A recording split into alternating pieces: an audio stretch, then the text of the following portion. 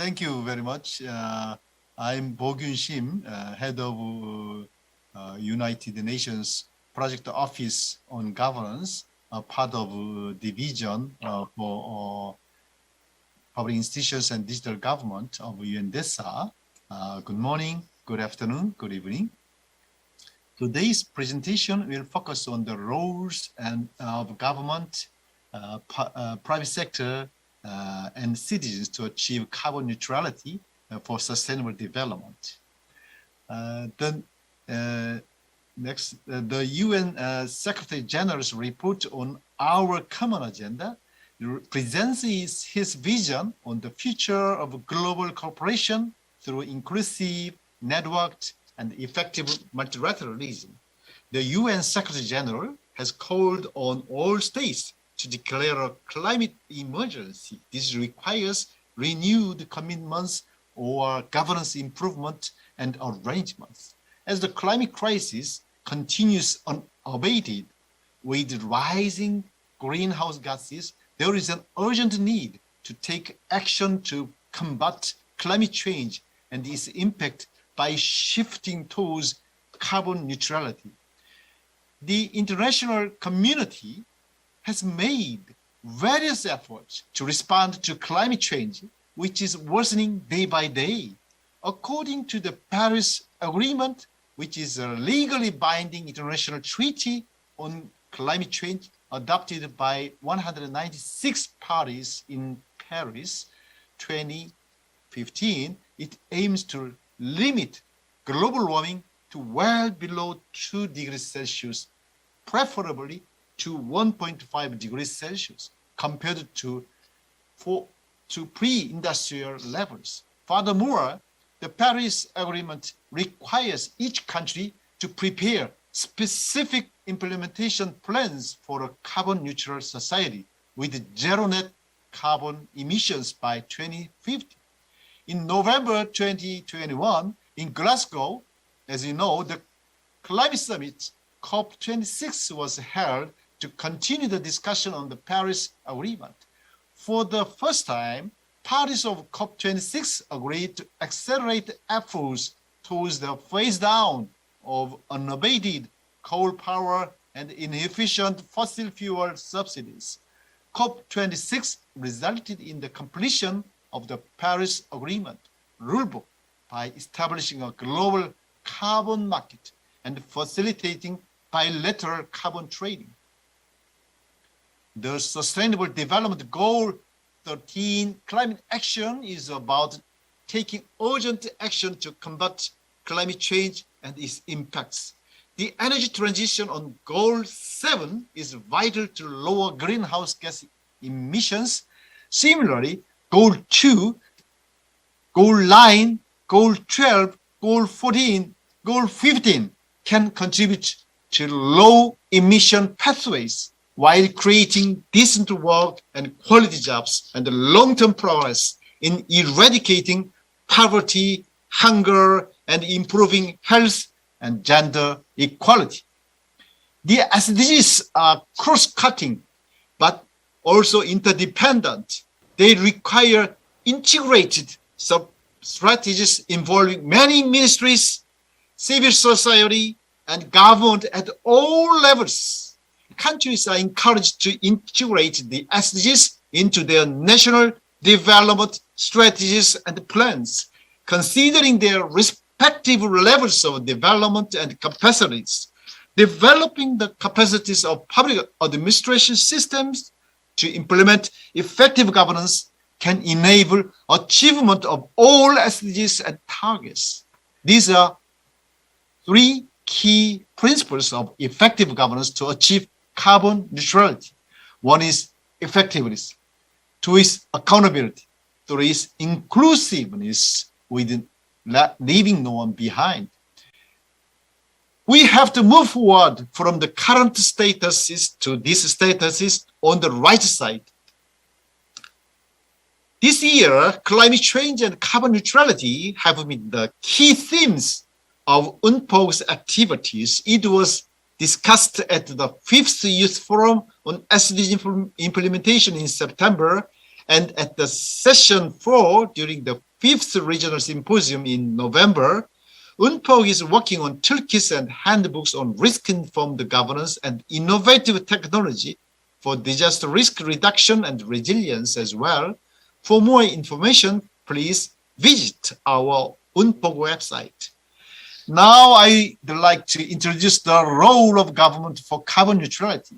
The central government must maintain consistency between the international community and the policy trends. The central government must implement the global environmental agenda in their respective countries. The central government should actively promote carbon neutral and green future related plans, laws, and budgets.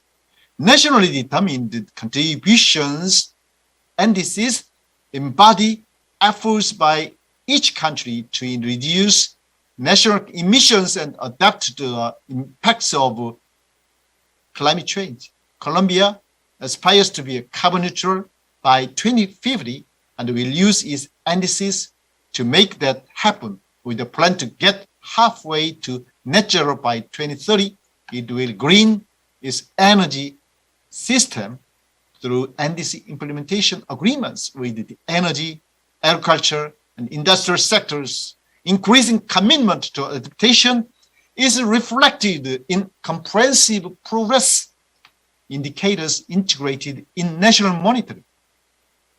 Rwanda was the first country in Africa to revise its initial NDC with a bold goal to cut emissions by 35% by 2030.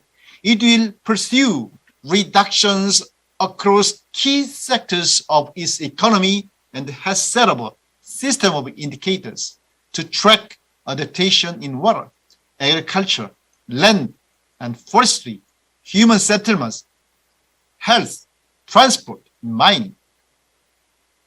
In June 2021, the EU enacted the European Climate Law.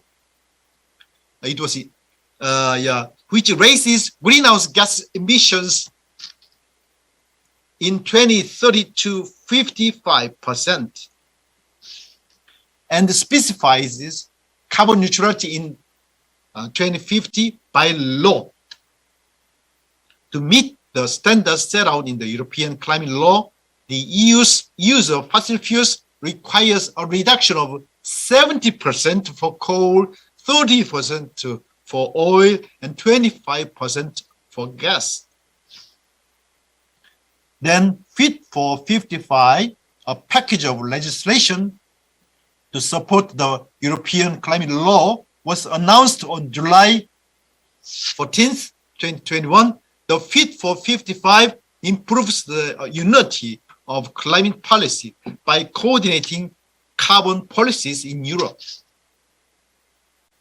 In addition, the package includes legislation on carbon pricing, reduction targets, strengthening regulations, and the social organization fund, which is a support measure for inclusive transition. The Fit for 55 includes the introduction of a carbon border tax. A carbon border tax will be imposed on products and services imported into Europe that emit more carbon than those produced locally. It is a carbon coordination, border coordination mechanism also. These are the role of local governments. Local governments should establish their master plans related to carbon neutrality and the green future and collect, share, analyze, and utilize relevant data. They should lead by example by implementing their own campaigns, such as saving energy and reducing single-use products. They should monitor and evaluate the progress of environmental programs and campaigns. C4E is a network of mayors of nearly 100 cities collaborating to deliver the urgent action needed to confront the climate crisis. The C4E has its own climate action framework. First pillar, commitment and collaboration. Focus on the governance and coordination of the need for community, business engagement, and communications. Second pillar, challenges and opportunities. Consider the evidence-based and existing city conditions, including baseline emissions, 2050 emissions trajectory, climate risk, and socio-economic priorities. Third pillar, acceleration and implementation. Define the transformational action and implementation action. Then, what would be the role of private sector? The private sector is encouraged to consider the environmental, social, and governance factors in each step of its value chain and its management. Kofi Annan contributed to creating the PRI for investors to consider ESG issues in deciding investment portfolios. The principles for responsible investment were launched in 2006. The principles are based on the notion that ESG issues can affect the performance of investment portfolios. Why does ESG matter to companies? A robust ESG program can open up access to large pools of capital, build a stronger corporate brand, and promote sustainable long-term growth, benefiting companies and investors. ESG issues should be a top concern of corporate management and boards. For example, Signify, a Dutch multinational lighting corporation, announced achieving 100% carbon neutrality and 100% renewable electricity in September 2020. It was awarded the 2020 UN Global Climate Action Award. They reduced its carbon footprint by using more energy efficient technologies in factories. In the case of citizens, through personal change, we should be aware of the background, importance, and action plan for carbon neutrality and green future, and actively use policies, communication channels led by the central government and the local governments. For example, first, citizens can act as a watchdog by looking at whether the government's response to climate change is going in the right direction. Second, as a citizen, we can practice reducing energy consumption in our daily lives. Third, citizens can vote well and press politicians to make laws, systems, and policies for energy transition and carbon neutrality.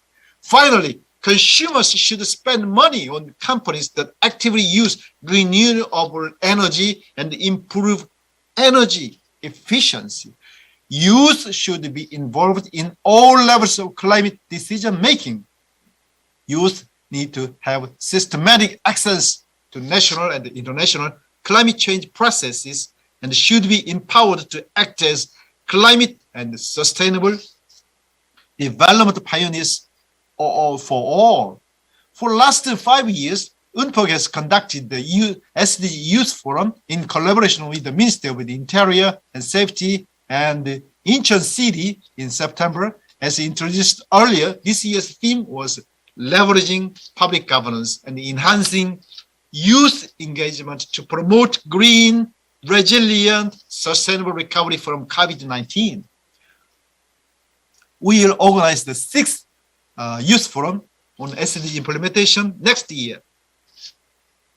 It will be a great chance for you to raise your voice and be part of the discussion on achieving SDGs. You are all welcome to participate in it. For more information, please visit our UNPOG website. I'd like to conclude today's presentation by sharing a part of UN Secretary General's speech at COP26. We have a critical mass of global commitments to net zero from both governments and non-state actors. We need to hold each other accountable. Only together can we keep 1.5 degrees within reach and the equitable and resilient world we need. Thank you.